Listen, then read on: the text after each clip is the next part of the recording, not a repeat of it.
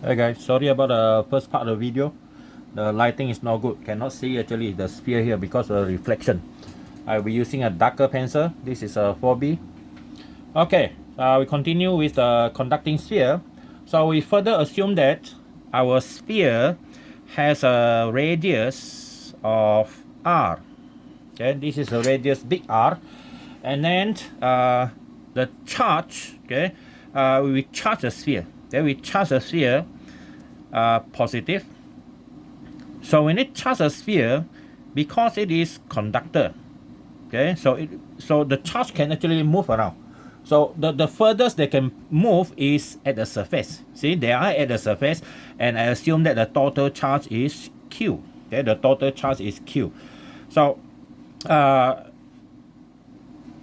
the conducting sphere here, when we study them, there are two positions that we want to study. One location is outside the sphere, another one is inside the sphere. So we study the outside the sphere first. So to study outside the sphere, we need to draw something that we call Gaussian surface. So this Gaussian surface is a dotted line around the object that we study. Okay, around the object that we study. So I use dotted line, slightly bigger than the real object. Okay, slightly bigger than the real object. So this one is called the Gaussian surface. Okay, Gaussian surface, and this Gaussian surface will have a radius small r. Okay, small r. So that means in this case, we are studying the outside. So this is our first part. Okay, number A, outside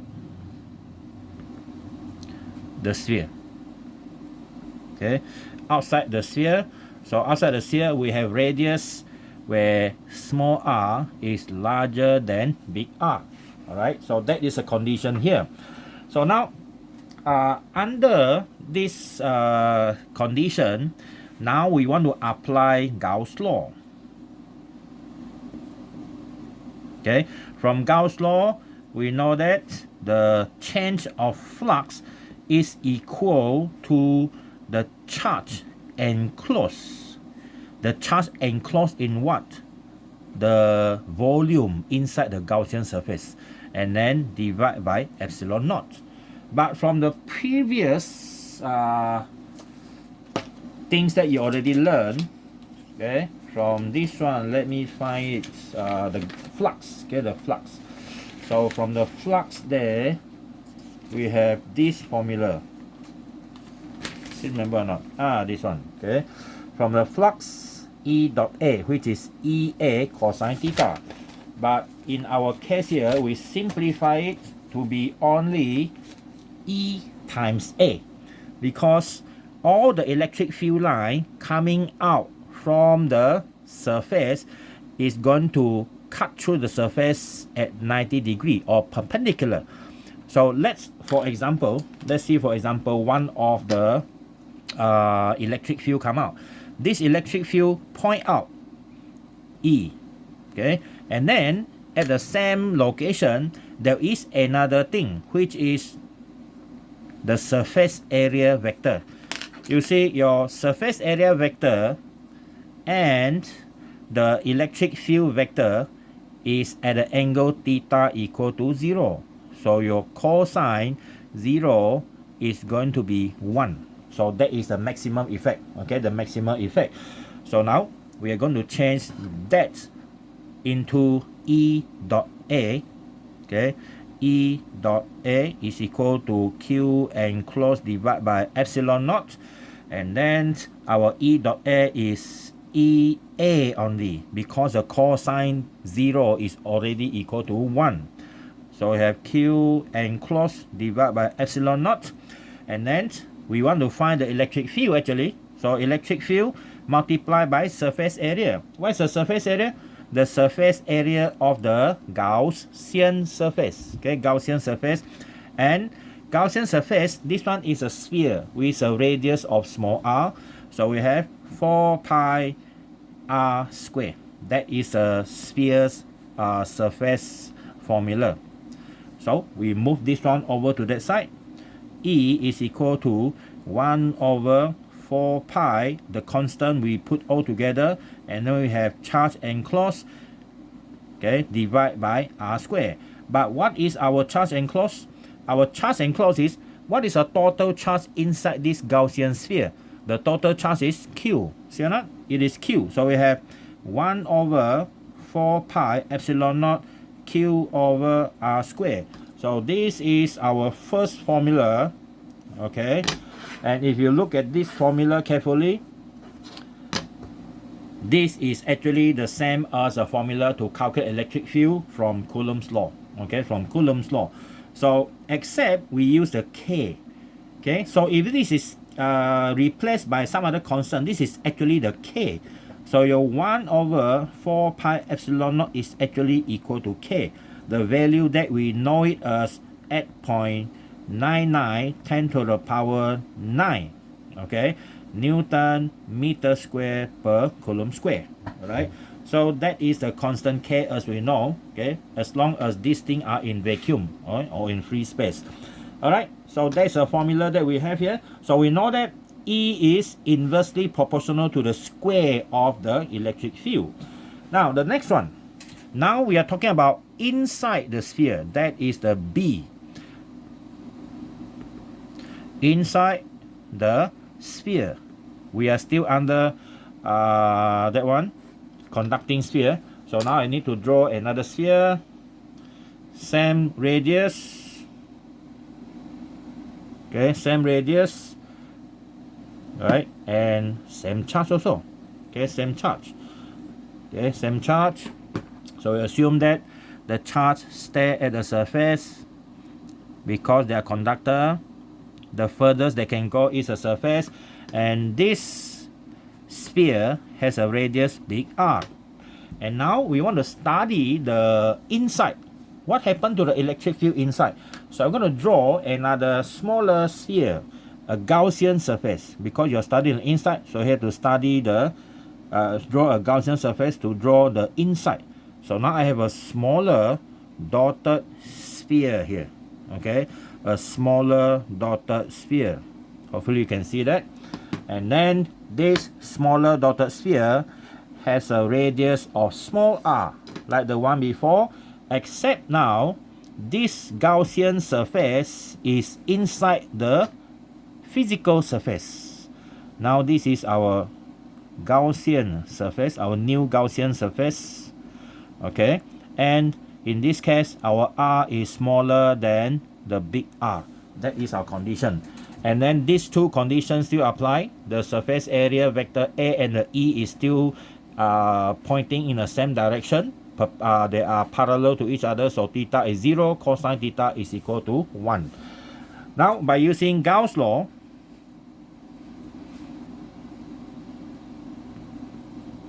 okay, we know that the delta phi is equal to Q enclosed over epsilon naught.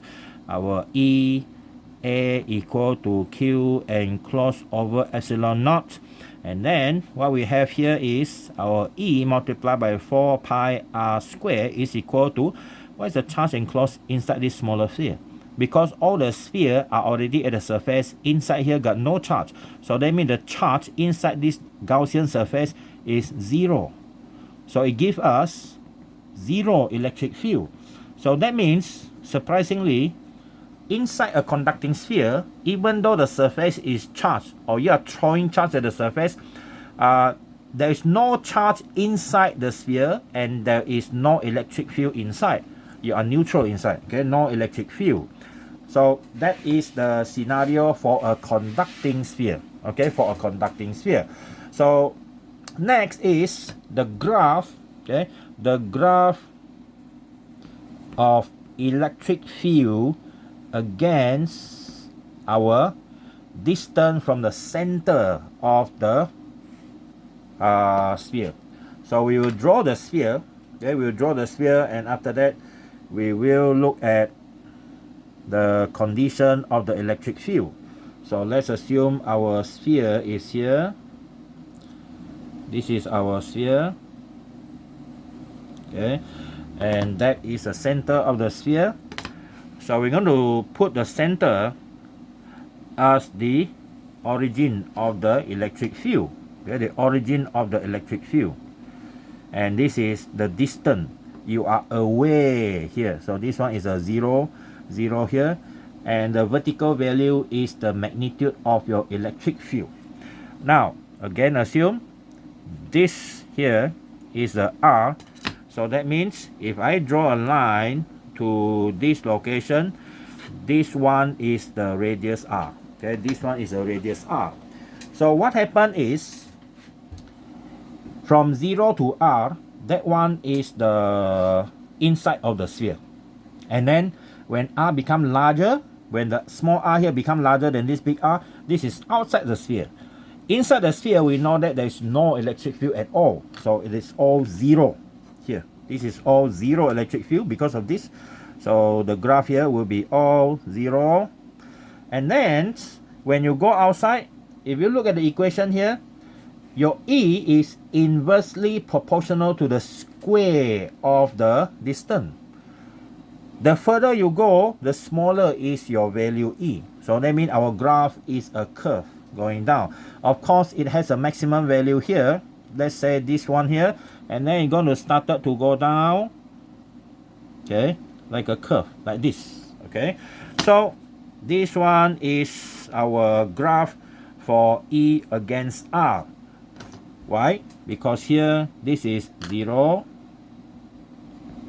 And here the E is directly proportional to 1 over R squared. That's why you get a curve like that. Okay. So that is the first application for conducting sphere. Okay. So this is our page 1. Right. Our page 1. And the next one, our number 2 is non-conducting sphere. Okay. Our non-conducting sphere. So number 2 here is non-conducting sphere. Okay, so non-conducting sphere, to tell you frankly, is a little bit more difficult than the conducting sphere. Okay, so our non-conducting sphere, let's assume it has a same radius. So we also want to study 2 locations. First one is outside the sphere. Okay, outside the sphere, that is our first one. So we draw our sphere here, and it is non-conducting. So this is our solid sphere. Okay, with a radius big R. Okay, a radius of big R. Now we want to charge it, but we have to charge it uniformly.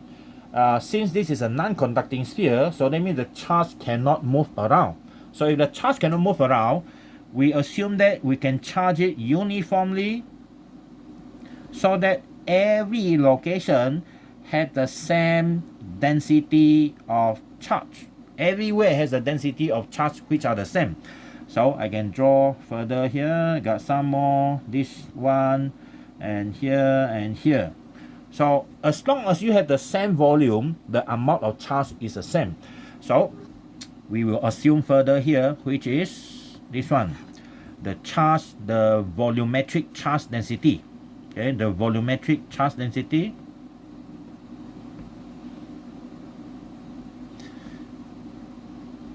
Okay, which is equal to, I can use a symbol alpha here. Okay, maybe I can use alpha is equal to this one, charge divided by volume. Okay, so that's why it is called charge density, volumetric charge density. Your mass density is mass divided by volume. Okay, so this charge density is charge divided by volume, and this one must be constant.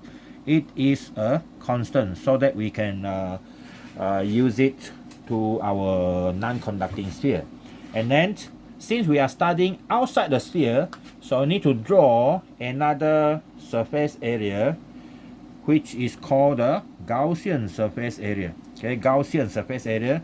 So this Gaussian surface area had to be slightly larger than the original sphere because we are studying the outside. So this one is the Gaussian surface. Okay, Gaussian surface, and the total charge, the one that we put into the non-conducting sphere, is Q now. Okay, is Q. So we use Gauss law. Okay, we use Gauss law. So our Gauss law is this, is equal to the charge enclosed divided by epsilon naught. Again, our formula is EA is equal to Q enclosed epsilon naught. And then we have this further. Our A is this, 4 pi r squared, and it's equal to the charge enclosed here. Inside this dotted Gaussian surface, everything inside the charge is Q over epsilon naught. And then you see that the formula is actually the same. Okay, for the, sorry, we take the epsilon, the r squared out, and we put the epsilon in, we have Q over r squared. You see this formula is exactly the same, okay, for conducting and non-conducting. These equations are the same, all right? So that means from outside, whether from outside, when you measure, okay, when you measure something, electric field from an object, you cannot tell whether the charge, whether the material is a conducting or non-conducting. Okay, you have to go inside to tell the story. All right. So that means outside is E is still directly proportional to 1 over r squared. So that means the graph is also a curve. Okay, the graph is also a curve. Now come to the next part, which is the inside. This is more interesting one. It is the inside of the sphere. Okay, inside of the sphere. So I need to draw the same circle again. Okay, same circle here, and I need to charge it, okay, so that everywhere are the same, okay, so that this value is constant.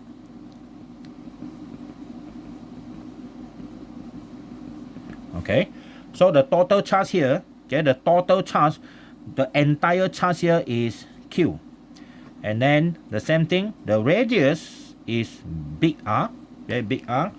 Now we need to draw a smaller circle because we are now studying the inside, okay, the inside of the sphere. So let's assume we draw this smaller circle. Hopefully you can see that.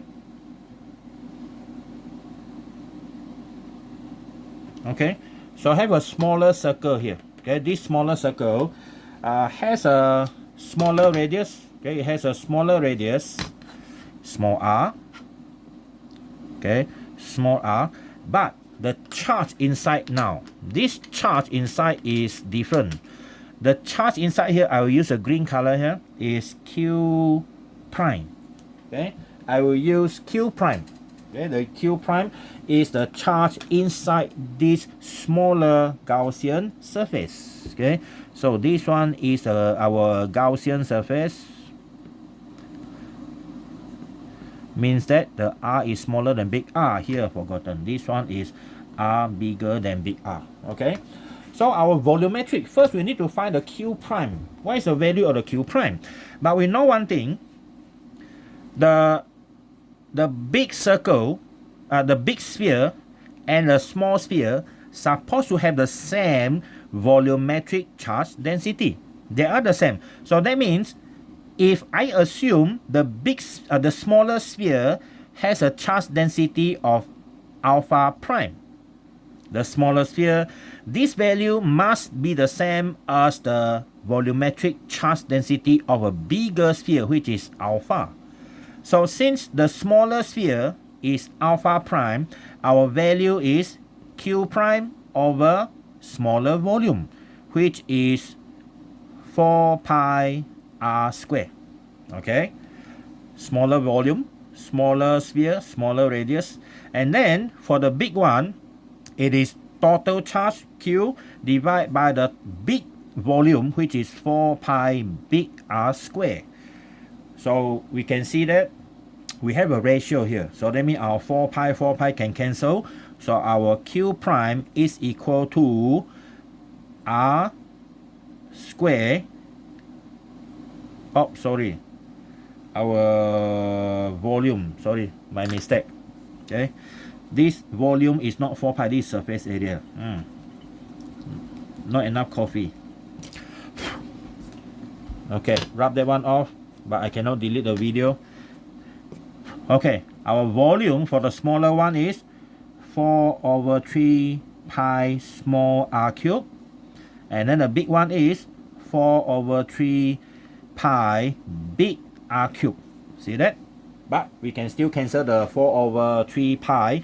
So our formula now become Q prime is equal to R cube over big R cube multiplied by Q. This is our Q prime. Okay, this is our Q prime.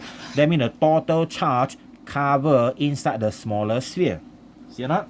It depends on the cube of the ratio of their radius. All right. So the bigger the Gaussian surface, the more charge is inside. Okay, the more charge is inside. Okay, now we already have the charge for the smaller sphere, our Gaussian sphere. Now we use our Gauss law. Our Gauss law states that this is the case over epsilon naught, and it is EA equal to Q enclosed over epsilon naught, and our surface area is the same. 4 pi r square is equal to the total charge enclosed now is Q prime over epsilon naught. But our Q prime is this one, right? So we have to put in that value. But before that, we move this one over here. So it becomes 1 over 4 pi epsilon naught r square. And then multiply by Q prime. And Q prime is this guy here. So it is R cube over big R cube multiplied by Q. So we simplify it. We can cancel R square with R cube. So leaving only one R. The Q we move to here and we put the R together with all these constants because the R is a constant. Big R is a constant. So that means we have Q over 4 pi epsilon naught big R cube. Everything multiplied by R. Okay, everything multiplied by R. So this is our second formula. Okay, second formula for inside of the sphere. And the next one is, what is our graph looks like? Okay, our graph. So we have to do the same thing like the previous one for our, I'll draw this one larger because now I got more space here. Okay, so let's assume you have a sphere this size. Okay, this size. And, okay, this is a graph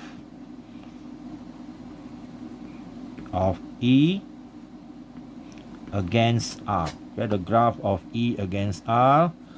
Now, this is a center, or so I will use this as a guideline for my E magnitude, and this one also. This is the distance from the center R, and this is the O. And assume that this is the radius R, big R. And by drawing this line here, I can use this one as a guideline. So this is my big R. So now, if you look at the formula just now, the one inside, okay, the one inside is E directly proportional to R. These are all constant. So E directly proportional to R is a straight line. A straight line that is like that. Okay. And then when you go to outside, remember the previous one? The previous one is like this. Your graph is a curve. So we're going to have a curve here. So the curve is here outside. Okay. So that is our graph for E against R for a non-conducting sphere. So this one here is directly proportional to R based on this equation, and this one based on this. So we have E directly proportional to 1 over R squared. Okay, some of you might ask, what is the maximum value here? The maximum value here, this value, if you want to know the maximum value here, the maximum value here is when you put the R equal to this value. So you can put the value in here. Okay, so the R, okay, the maximum value, the E max here. So our E max is equal to Q over 4 pi epsilon naught R cubed multiplied by this R, because the small r is equal to this R, you see. So R, so that means our E max is equal to, you can cancel one, so Q over 4 pi epsilon naught R squared. That is our E maximum. Okay, E maximum. You can get the same answer by using this equation, because from here, when it is maximum when it go nearest to the surface, for this one it is maximum when it go to the surface from the center of the sphere. Okay, so that is our formula using Gauss law, okay, to get our equation for this one. So you need to know not only the equation, but you need to know the graph as well. So this is our second graph for the non-conducting, and this is our graph for the conducting. The only difference is this one is 0, this one is straight line. Okay, so this is our page 2. Now come to the next one. Our next one will be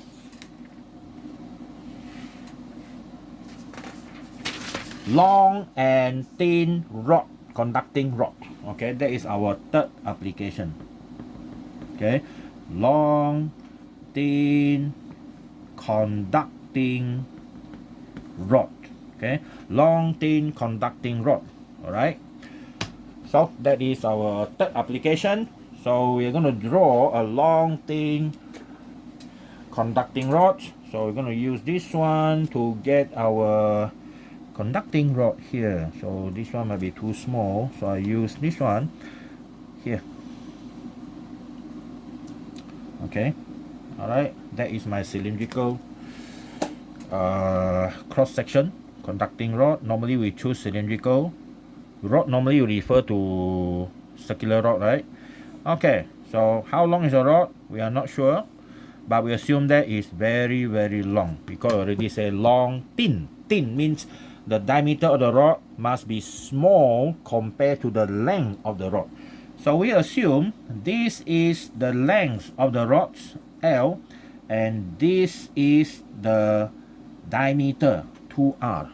Okay, for the word long and thin, okay, the word long and thin, our 2L, okay, our 2R must be very, very small compared to the length of the rod. All right, so it's just like you're comparing a timber. A timber is not a long thin rod. It is huge. Okay, it is huge.